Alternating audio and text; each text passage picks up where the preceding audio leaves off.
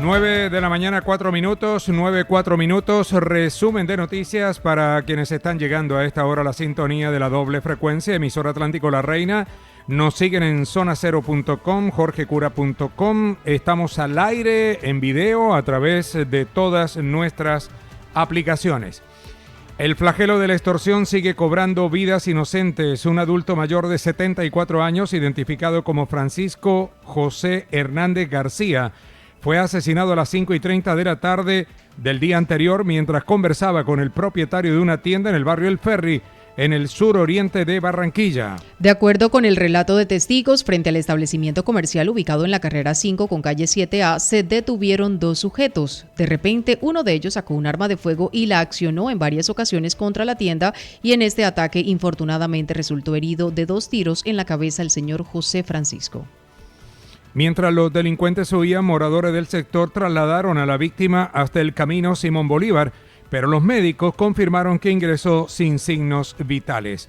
Un comerciante de 35 años, identificado como Álvaro Javier Vélez Vázquez, perdió la vida al mediodía de ayer tras recibir una descarga eléctrica mientras surtía uno de los enfriadores de la tienda que administraba en la calle 31 con carrera 26, barrio Montes, del suroriente de Barranquilla. Según relató su pareja sentimental a las autoridades, Álvaro se encontraba realizando esta labor con el piso mojado y de repente recibió una fuerte descarga y se desplomó.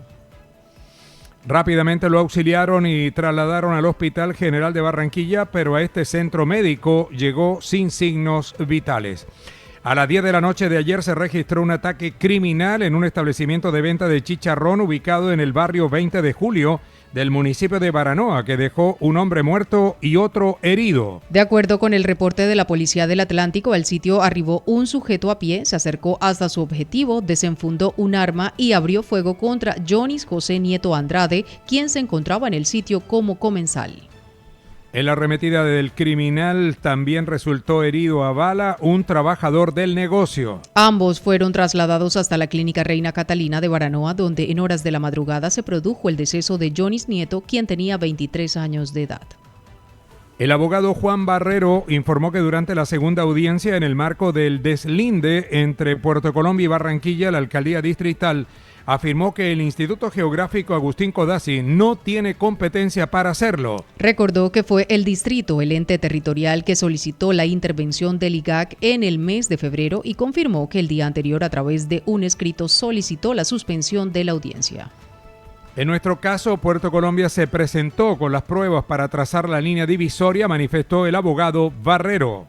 En la primera audiencia que se había realizado en el mes de marzo, se había aperturado el proceso por parte del Instituto Geográfico Agustín Codazzi y ambas entidades territoriales, Barranquilla y Puerto Colombia, para la segunda audiencia habían adquirido el compromiso de presentar la línea divisoria que considera cada entidad territorial y las pruebas y normas que acreditan esa línea divisoria propuesta por cada entidad territorial. En el caso de Puerto Colombia, la entidad territorial que represento en este proceso, llegamos a Bogotá el día de ayer con un equipo jurídico y técnico para presentar tanto la línea como las pruebas que acreditan esa línea. Pero cuando la audiencia iba a iniciar, los representantes judiciales del distrito de Barranquilla solicitaron la suspensión de la audiencia a través de un escrito que no conocemos el contenido del escrito, pero sí lo que se pide en el escrito porque lo alegaron en la audiencia, y es la supuesta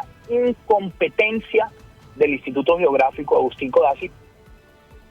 Entre tanto, el ex magistrado Alberto Yepes, quien defiende al distrito de Barranquilla en el litigio con Puerto Colombia, afirmó que es el Congreso de la República el que debe definir los límites entre los dos entes territoriales. Señaló que en el año 2009 el Instituto Geográfico Agustín Codazzi realizó un estudio técnico que debe ser tenido en cuenta por el Congreso para concretar los deslindes. El abogado Yepes recordó que en el año 2013, a través de una ley, se definió que es el Congreso de la República la corporación que debe adelantar esta clase de procesos. La ley exige para que el Congreso de la República señale y delimite las zonas y delimite los puntos estratégicos y políticos y georreferenciales con relación a ese conflicto limítrofe.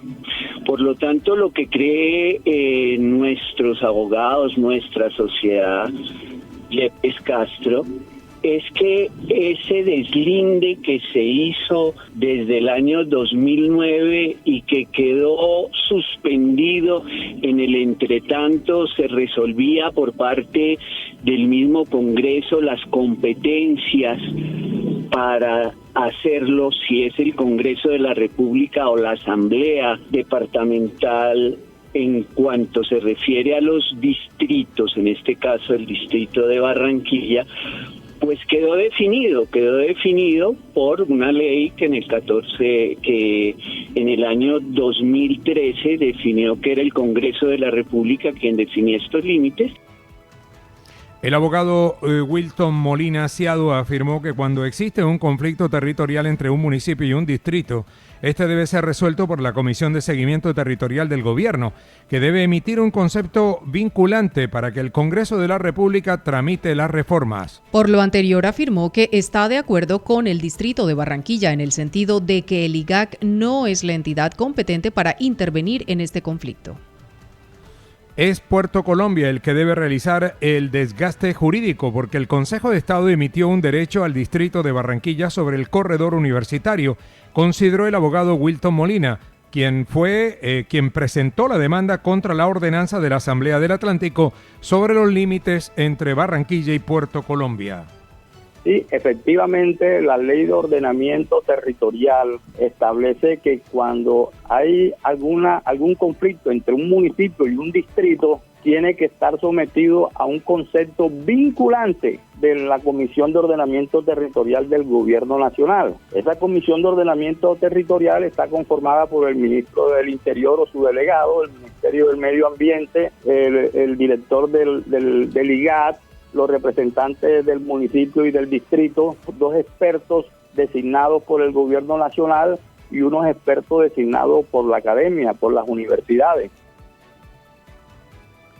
El presidente de Cotelco del Magdalena, Omar García, advirtió que los bloqueos de carreteras en este departamento no solo afectan al turismo, sino a todos los sectores de la producción. Se presenta una afectación en toda la economía del Magdalena, como son los hoteles, los restaurantes y los productores de banano que no han podido sacarlos de las fincas, señaló García. El director de Cotelco hizo un llamado al gobierno del presidente Gustavo Petro para que tome cartas en el asunto y busque una salida a esta problemática. Y una situación efectivamente que perjudica a todos los habitantes del Caribe colombiano, más que Santa Marta, más que el Magdalena, todo, porque recordemos que esta vía es una arteria desde el punto de vista estratégico para el sector productivo, para los habitantes que se necesitan desplazarse. Y por supuesto, en el caso nuestro, en donde la cadena de suministro de los productos de alimentos, perecederos, todo, llegan la mayoría por ese sector, pero también los visitantes que por algún motivo pues vienen por ese sector, que deben de disfrutar o que deben venir de trabajo, eso nos está perjudicando. Entre tanto, el presidente de ADVAMA, José Francisco Zúñiga, advirtió que es delicada la situación que afrontan los bananeros del Magdalena debido al bloqueo permanente de carreteras. Precisó que son 200.000 cajas de banano que a diario deben ingresar al puerto de Santa Marta para su exportación. Las fincas están trabajando a media marcha y ya se empiezan a cumplir los contratos por los bloqueos de las vías, expresó Zúñiga. Entonces la situación es delicada, los trabajadores ya empiezan a sentir desabastecimiento en sus áreas rurales, en sus zonas donde viven, los precios pues, claramente se van a encarecer y nosotros no estamos viendo una solución de fondo en este momento. Hemos hecho los contactos con los gobiernos locales, entendemos que hay una seria diferencia entre Alcaldía de Ciénaga y Gobernación del Magdalena, y a su vez cuando llamamos al gobierno nacional también tira la pelotica de que el gobierno nacional no tiene nada que hacer porque son los gobiernos locales los que tienen que resolver el problema. El precandidato presidencial Sergio Fajardo afirmó que el presidente Gustavo Petro tiene capacidad para confrontar y destruir, mas no para gobernar. Insistió que Petro solo busca confrontar al país con cortinas de humo, no importándole los problemas de los colombianos. El presidente Gustavo Petro es un fracaso y es peligroso porque insiste en la confrontación. genera incertidumbre y hasta miedo entre los ciudadanos, expresó Fajardo. Yo, Sergio Fajardo, que hablo en primera persona, voté en blanco en el año 2018 y en blanco en el 2022. Y voté en blanco en el 2018 porque dije, ni el señor Petro ni el señor Duque, para mí, son personas para liderar nuestro país. Yo asumí esa posición política, yo estuve en los debates, en la confrontación política, lo dije, lo escribí. Igualmente hice en el 2022. Y yo creo, y lo que dije anteriormente lo ratifico, que el señor presidente Petro es una persona que para gobernar es una mala gobernante. Y ya hemos visto cómo ha conducido el gobierno nacional y para mí es un fracaso. El presidente Petro tiene capacidad para hablar, tiene capacidad para convocar a la confrontación, pero el señor presidente Petro no tiene capacidad para construir. El precandidato presidencial expresó también complacencia por su primer lugar en la encuesta sobre consultas interpartidistas del Centro de la Firma de Mediciones Estratégicas, expresando que es consecuencia de un trabajo juicioso de varios años. Entre tanto, el abogado Abelardo de la Espriella afirmó que el presidente Gustavo Petro es una vergüenza nacional e internacional y que ha sido un desastre para Colombia. Petro no tiene control de sí mismo, mucho menos del país. Petro está preso en sus adicciones y ha destruido a su propia familia, consideró de la Espriella. Manifestó que el mandatario nacional nunca estuvo preparado. Que el mandatario nacional nunca estuvo preparado para administrar al país ni para ocupar el sueño de Bolívar.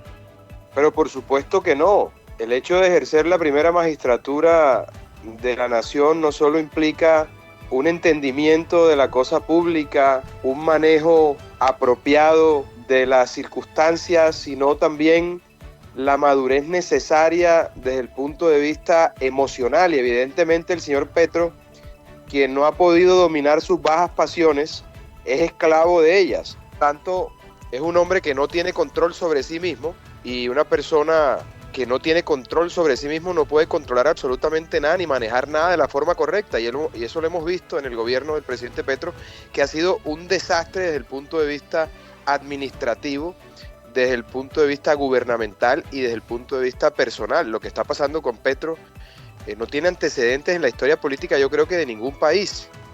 Abelardo de la Espriella advirtió que es inconstitucional convocar por decreto la consulta popular, lo cual consideró como un golpe de Estado y una acción de un dictador. El abogado se refirió a la designación de Eduardo Montealegre como ministro de Justicia, calificándolo como un sicario del derecho y una persona supremamente peligrosa.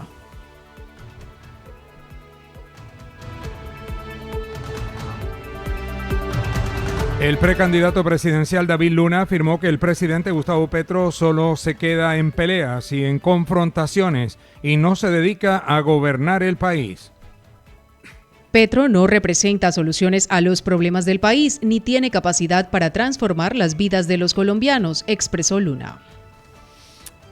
De otra parte, el excongresista afirmó que es inconstitucional convocar por decreto la consulta popular tal como lo pretende el mandatario Gustavo Petro. Mire, Jorge, es muy lamentable que el presidente Petro en su intervención de hace 2 noches, dado que las instituciones van a desaparecer. Colombia es más que un presidente, independientemente quién sea el que gobierne. Y lo más importante es que un presidente sí tiene la capacidad de transformar las vidas. Un presidente sí tiene la capacidad de resolverle los problemas a la gente. Por ejemplo, en el Caribe, tiene la capacidad de una vez por todas de reducir las tarifas de la energía, de la luz, y por quedarse en el discurso, por quedarse en la confrontación, por quedarse en la pelea, pues lamentablemente solo estamos viendo eso. Gritos de un lado, insultos del otro y nada de soluciones.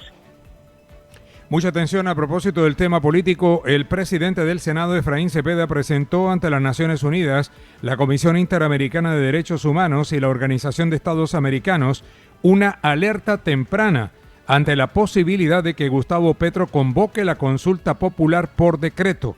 La alerta temprana fue presentada por la firma Víctor Mosquera Marín Abogados y la Fundación Derechos y Justicia, donde alertó que ponemos en su conocimiento una situación de grave alteración del orden constitucional en Colombia. Ahora son las 9 de la mañana, 18 minutos. 9:18. Avanza la jornada informativa. Ya volvemos.